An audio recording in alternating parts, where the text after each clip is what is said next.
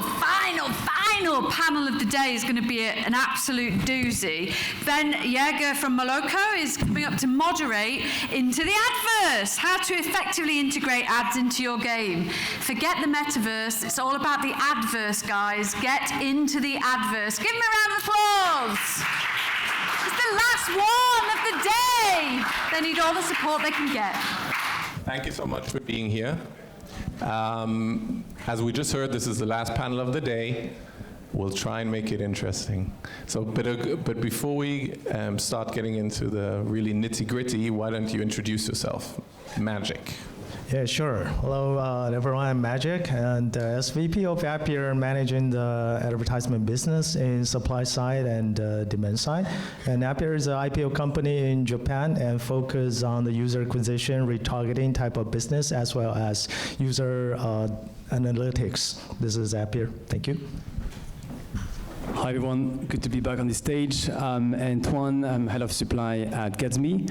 We're one of the leaders in the immersive in-game ad space. We basically help publishers make more revenue through 3D ad placements that are directly integrated into games. So typically, if you have a football game, we will monetize the LED banners around the pitch, or the trackside and racing game, or again, like a 3D billboard in a hyper-casual game. That's what we do. Thank you. Hi everyone, I'm Jide. I work as a partnerships manager at AudioMob. We do audio ads, non-intrusive ads for games and applications. So I talk to developers in terms of integrating our technology into their games and applications as well. So yeah. Jaivir. Hello everyone. So firstly, sorry for being late. I missed the time. But I'm Jaivir. I'm the co-founder of Crackle Technologies. I have about 2 decades of experience across technology and banking. Spent about 13.5 years at Google running publisher monetization. And at that point I realized that most of ad tech is built for advertisers and not for publishers. Me and my partners felt that it was a profound insight that we had, and then we started Crackle, which is ad tech built for publishers. Thank you. Thank you so much. And now, we hear that ads monetization is crucial, and you need to think about it when you're designing your game right from the get-go. Why is it so important to have a concept around ad monetization in your mind when you start conceptualizing the games? So great question, and actually we're more like the technology provider. So my sharing here is actually the learning from Scopely for their Monopoly Go, and also the Whiteout Survival from the Century Games. And I got a profound learning. They told me that ad monetization is a process of value exchange between the game studios and the gamer itself. So first is actually need to decide what the value the game is delivering to the gamers, followed by that value will decide the lifespan of those gamers, the long LTV or short LTV one. And after deciding this, they need to decide what's the weapon we have. You got a native advertisement in the game. That's like what GADSME is going to provide. And also you got incentivized, rewarded advertisement, and you got a video, you got a pop-up, you got an interstitial, all the weapon. And those monetization tool also somewhat affect the retention rate. Then you need to decide the ad insertion point and the frequency and what kind of format that we want to use. So from the value proposition of this game first, all the way to how to utilize those weapons. So that's why I need to consider in the very beginning, even before game launch.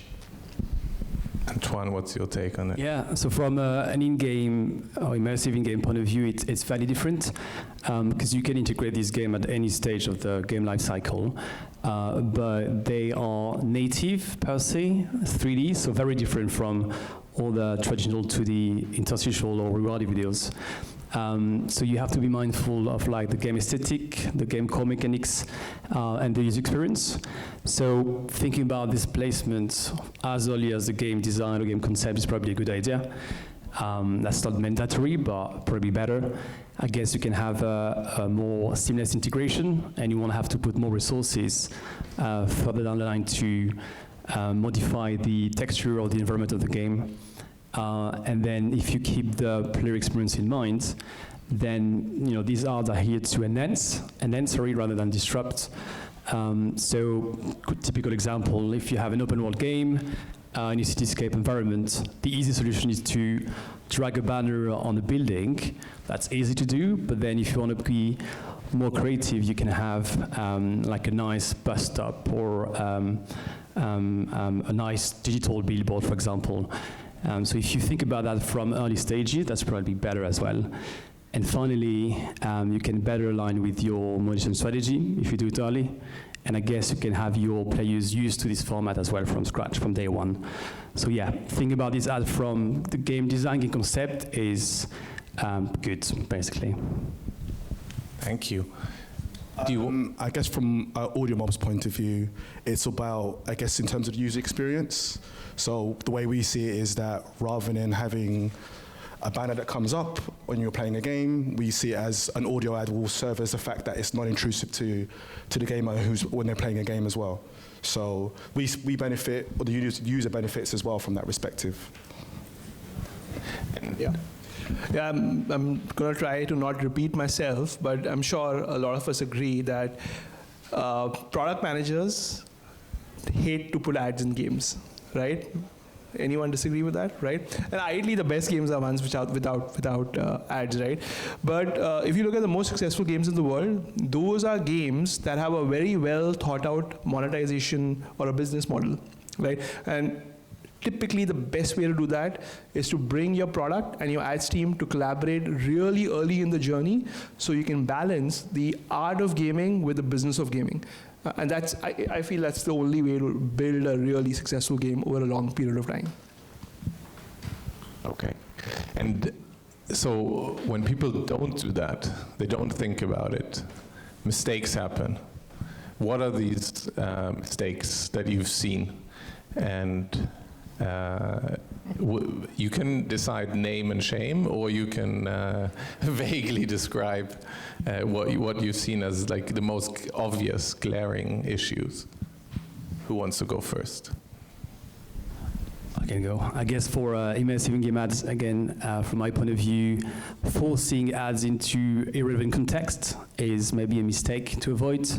Typically, if we sign a campaign for Samsung, that would make more sense to display that campaign on, I don't know, a Cyberpunk-like game or a GTA-like game, rather than on, I don't know, like a The Elder Scrolls Oblivion game, for example. It would probably avoid some backlash from the community. So the context is very important, especially when the ad is inside the game directly. All right, go second. I won't say mistake, but the learnings are pretty realistic. Under the pressure of monetization, we have a KPI to hit, then the publisher side, I really need to put more ads, and that actually jeopardizes the overall user experience. That's one, under the pressure of the short-term goal for ad monetization. And the second would be leave the data on the table without fully utilizing that. That means a lot of us, we actually experiment, okay, if I put this placement here, additional placement, if I increase the frequency of my ad expression, would that decrease my retention rate? And how much would that increase my ad revenue?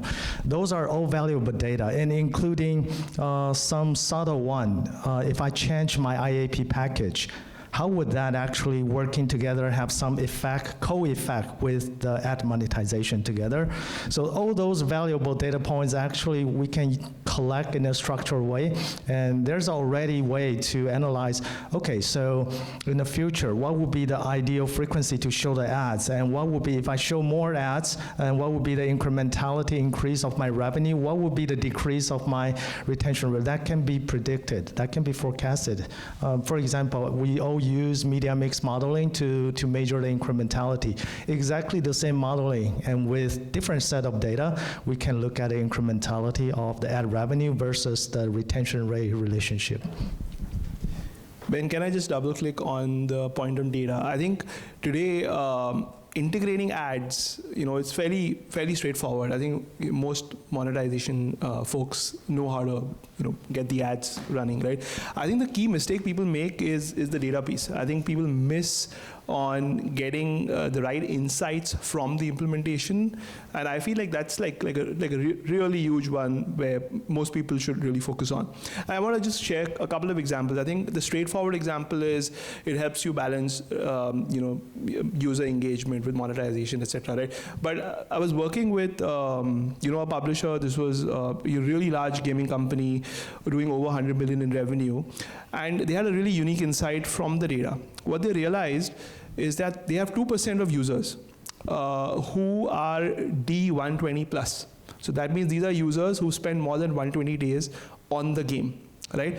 And they decided to experiment with this user base. Now this user base was giving them about 20% of the total ad requests, right? So 2% of users, 20% total ad requests. And what they decided to do is add one incremental interstitial on this user base. Now typically you would think that, okay, if I add one incremental interstitial to a engaged user, I might lose the user. But in this case, the opposite happened. Their revenue grew by, I think it was 10 to 15% in that range, with virtually no impact on engagement. Because these users love the game, they typically tend to stick with the game for a couple of years, and one interstitial didn't really make a difference because their session time was so long. So, these are really deep insights, can only get unlocked if you have well-structured data and you have someone looking at this data to find the insights. So, one practical example. And another thing I'll say is, in my last organization, we were really, anal about looking at all this data, right? And what we realized there is if you induce 1 second of delay in ad latency, it impacts revenue by 7%. I mean, and this was at a large scale. I think these are metrics typically admon folks don't look at, but the more data you capture and the more time you spend in these deep numbers, I mean, you can unlock a lot of insights. So I think that's a mistake people make, that they underestimate the value of data. That's, thanks for sharing. I think what you're describing is, or you alluded to it, like cannibalization of ads and how to tackle that and avoid it. And I think you're saying the weapon is data and data analytics to get ahead of that and actually turn it around and not think of ads monetization as cannibalizing revenue, but the opposite, as a booster. Anyone wants to add, double click, share, contradict? There's something about immersive ads that's quite useful actually for drive more in-app purchases. Big fan of the hybrid monetary model, so I think you should mix a few different ads, audio, in-game, reward videos, and then having in-app purchases or subscriptions. But then something really cool about that immersive format is that if there is no feed for a particular user at a particular time, studios can use that 3D placement to drive more in-app purchases and promote bundles or new weapons, new vehicles, whatever you want, and have deep links to redirect to the shop directly. So publishers can make more money with these ads, but they can also drive more in-app purchases. So they live in harmony together in that sense. So it's not distracting one another, it's living together. I'd like to add one point on this. I think a lot of times you think about, is my game in an ads category or is it in an IAP category? And I think we need to completely change the mental framework of thinking about this, right? It's not about which category. So, okay, by the way, just let's put hardcore AAA on the side. I'm not talking about those kind of games, right? But typically, hyper casual, even in some cases mid-core, when you're thinking about the game monetization business model, don't think whether the game is in the right category for ads. Think, is the user the right user to monetize with ads? So just think about that again, right? In your game, there will be users who have a very high propensity to pay.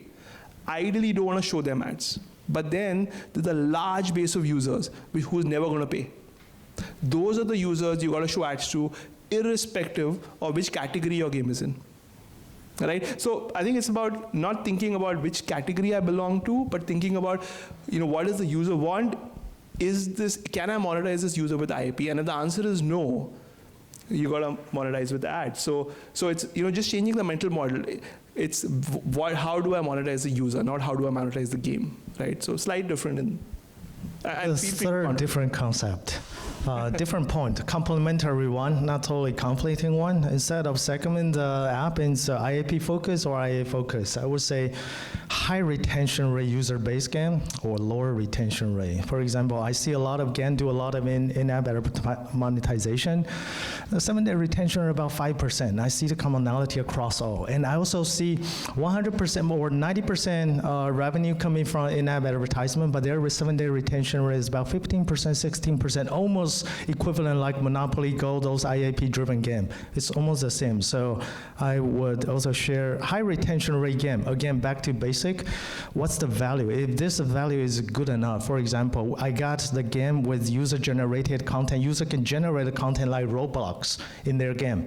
Then, okay, this actually brings a super high value to the user. I create something by myself in the game. So I'm more acceptive for the advertisement or other package in the game for monetization. So I would say high value. Usually the value comes from game with user-generated content.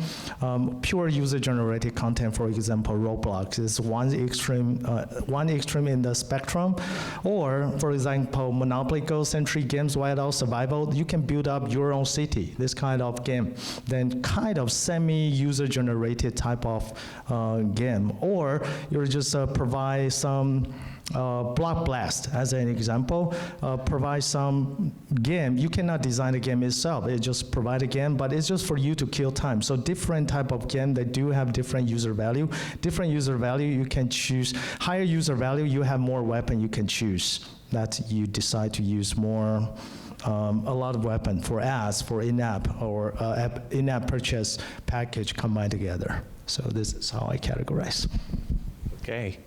Can I just add one more point? I think again, agreeing with everything Magic said, but typically the best performing IAP games, at best, would have 2% of users paying, right? So 98% users don't get monetized.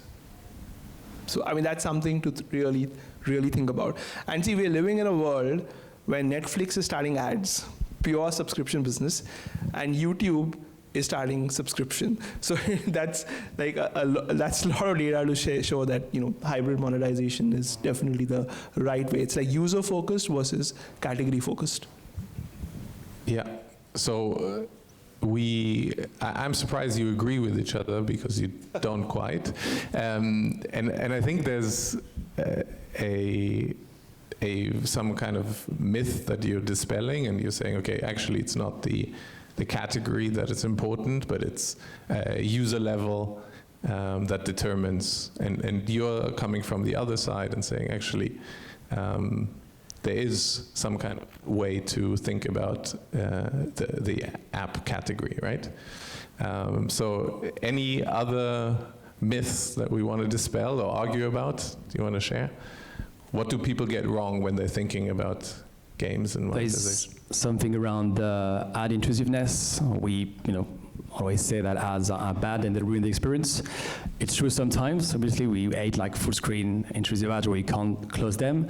But speaking about these innovative formats like audio or in-game, I think on the contrary, they can actually enhance sometimes the experience. They can bring more immersion in that game or add more value. So yeah, I think the bad ads are a myth, and they can, on the contrary, bring more value to the players. Yeah. One more myth that comes to my mind is a lot of times publishers would increase the floor price of the ad. Typically, what would happen is your fill rate would go down, right? And the fundamental assumption is I am showing less ads to my user. My ad load is down, so it's a better user experience.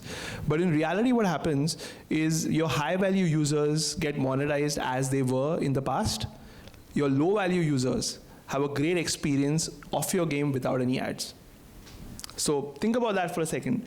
You know, it's a myth. The myth is that I increase floor price and I give a great experience to all my users, but in reality that doesn't happen. Your high value users see more ads or the same number of ads.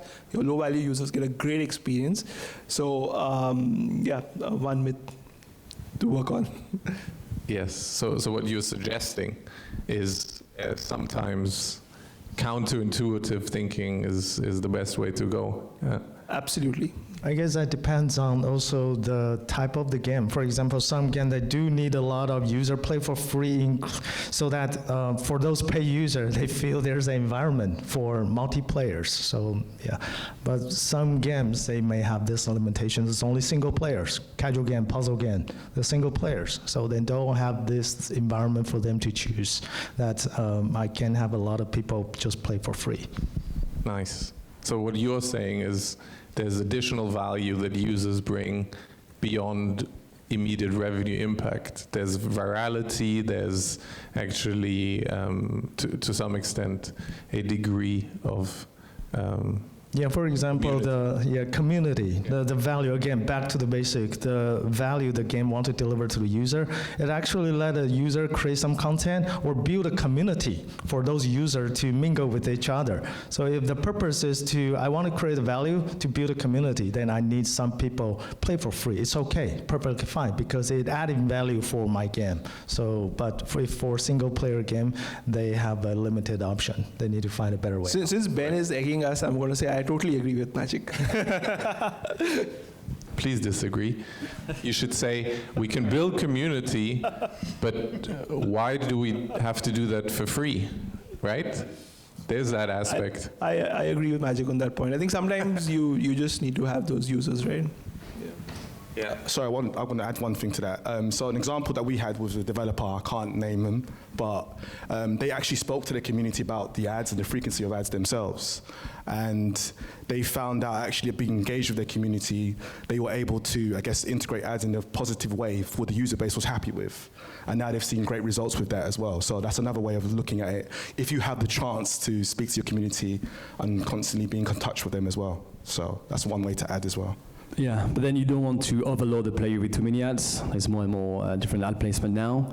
And we had a case, I saw a game where they had a massive billboard, and inside it they put like 10 different billboards, hoping to multiply the revenue by 10 basically. But the other way happens and actually tracked all the numbers. So the less is sometimes and often the better. And just, yeah, we said it earlier, but you want to keep the user experience in mind and take it easy, not too many ads. Very nice. There's all this buzz around the future of AI and how that's going to help, and ad monetization is surely impacted by AI as well. Can you share your perspective on how AI is shaping the future of ads? Okay, yeah, two folds. In the short term, for example, short term is 2025, and in the long run. In the short term, it will be, we got content generation by AI, so more and more again, we actually did a survey. The most effective type of advertisement for game is actually showing how you play the game in your advertisement. That's the most effective one, instead of just show some banner of your game. No, it's how you play this game. So that's why the emergence of playable ads. But we all know playable ads, you require some software engineer to hardcode something 3 weeks and cost you about $3,000 to $7,000 per playable creative. That limits the experiment of all the marketers. So 2025, there's gonna be a solution. Maybe you can just generate a playable like this. Yeah, like this. And it's totally possible. That's in the short term for AI, what AI can contribute. And in the longer term, I guess it's still like media mix modeling. Collect the existing monetization, combine IAP and IAA scheme, collect all those structured data change, and if you move your IAA insertion point from A point to B point, and also change the frequency, or you change your IAP package, collect all those in the database with the corresponding consequence of the user retention rate, sooner that I guess in 1-2 years that we will have a data science-based tool for you. For us, we don't need to do those kind of experiment. Let me change the floor price. Let me change the frequency. How can I? Let me change the SSP. Let me change the DSP portfolio, and to see what would be the most effective one. If we already collect enough data, it can be predicted instead of need to do a lot of experiment. That's what AI can help, from content generation to data. I think what we've observed in the last maybe 4 to 5 years is that gaming companies have significantly ramped up on user acquisition, right? So most gaming companies have built these internal tools that do attribution, measurement, and they build a lot of in-house capability in really scaling up user acquisition. However, all of that, or most of that, has come at some underinvestment or lower allocation of resources in ad monetization, right? And because of that, what's happened is that the adoption of AI on the buy side, which is user acquisition, is very high, right? You're always thinking about what is the right bid for a particular user, right? So all of the investment is identifying the value of the user and bidding correctly to acquire that user. On the ad mon side, everything happens at a cohort level, right? You price your inventory, you have the same price for all users in US. You have the same price for all users in tier 2 markets. It's all happening at a cohort level. So I feel that, I think in the next maybe 12 to 18 months, we're going to see a lot of investments towards ad monetization and application of AI in ad monetization. And the way that will manifest itself is cohorts are going to move to more personalization. So everything you do at a cohort level will be done at a user level, so you get better outcomes on ad monetization, and maybe even like balancing, ad monetization with IAP. And the reason is because with AI you can do it. You can do it in real time just before an ad auction. You do some prediction with machine learning and boom, make the changes without applying, cohort level design. And what's most likely to happen is, because all of this takes a lot of investment, so probably the top 200 gaming companies will adopt it first. So I feel like, the top 200 companies making more investments in AdMon, looking at more AI application in ad monetization. I feel that's where it's going to be. Yeah, I agree with you. And use AI to navigate all the data publishers have. Will help them to make more informed decision. You can mix like user behavior in the app with demographic data, sociographic data, and have like some personas and bring more context, more value into the ads. Just divert from being contextual all the time, and just maximizing ROI on these campaigns. We don't really use it on our side, but I think that will be beneficial for the market. Yeah. What about you? I think these gentlemen have alluded to all those points. I guess it's just, again, using AI to look into your data and then to be able to spot trends. And again, I guess that lends to being able to then talk to your developer and say, hey, these are the things that were happening, or this is the data, what we're finding in your data, in order to, I guess, provide better results for your product or your game or application as well. So, okay, thank you. I want to check with the audience. Do you have any questions for this fabulous panel? Yeah, I've got any questions. Anything burning? You got like 1, 2, 3, 4, 5 of the most important guys in ad tech. Come on. Okay, so then I will continue. I have a final rapid fire round. Are you ready? So I want a quick answer. Don't think about it too long. Whatever comes to mind, shoot. All right. What is the highest CPI you've ever seen? CPI. CPM, you mean? CPM? you know what? Whatever you want. Well, CPI, if it's a game, $30, $40, yeah, we see that. I would say 60. I guess from an audio perspective, I guess $10. So yeah, okay. Okay, so I'm not responding to CPI because that's a buy-side metric. I'm more on AdMon. Yes. But I think in some markets, I've seen like $200 plus CPMs on rewarded ads. Which market? Australia and New Zealand. Australia, New Zealand. Sounds like a test. Small number of users, buyers, like a lot of auction pressure on that base. Yeah. Which game has the best ads integration? This is very subjective, but for me, I would say Roblox, because it's his, Maslow's human need hierarchy, the top one. Generated content by yourself. That's actually his self-fulfillment. So that would be the best integration, because they also do the immersive ads inside the environment that user created by themselves. So for me, it's a Roblox. I would say, I don't know, Tennis Clash, for example, they have a nice mix of different formats, and they have 3D ads as well, beautifully integrated into the courts. When you play, it's not distracting. Yeah, I just thought about this game. I guess I'll speak from AudioMob's point of view. Abacon Life actually has got a great ad integration as well. So yeah. So, all right. Yeah, I think like for me, it's more about like how you use data to monetize. And I think there's a company called Play Simple. They do puzzle games. And I think given their ARPDAU or LTV, it's like phenomenally high. And that's where I find the best integration of ads. Okay, let's go the other way around, starting with you again. Biggest threat to ad revenue? IAP. I would agree. Yeah. All the compliance barriers now, like ATT, for example. Short-term pressure of monetization. Okay. Can I add one more? I think like if you saw Mark Zuckerberg's interview recently, as per him, we're going to stop using mobile phones and use these spectacles. I think that's a big threat to ads. Okay.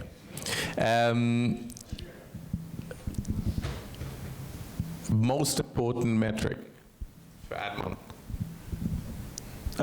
LTV. And I'll give context. It's not CPM, it's not ARPDAU, it's LTV. Okay.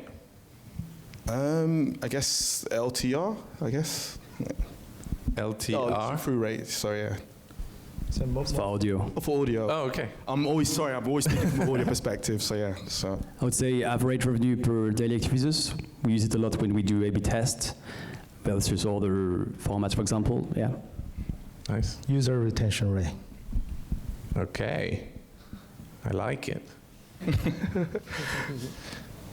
Best advice for new devs? We'll start. Best advice for new devs. From the basic, look at the historical example, a lot of cases in the market for how user perceive this kind of app with this kind of design. So you can see a lot of Sensor Tower, Data AI, all the platforms look at a similar category of the apps, look at their retention rate, even the same category, you're gonna see very different user retention rate, categorize them into two groups, observe how they design their app, how they monetize their app. I would say try new things, try in-game, try native, try I don't know, whatever new formats you can think, and just do A/B tests and see that works for you. yeah, well, A/B testing along with the user experience as well. I think user experience is the biggest thing for me. Yeah, I think making data a priority in your organization. So I think if you're an owner, then think of this as the beginning of a really long journey. And if you're a professional, then I think this is a capability you have to build to succeed in the long term. I think those are great final words. Round of applause. Thank you. Thank you so much.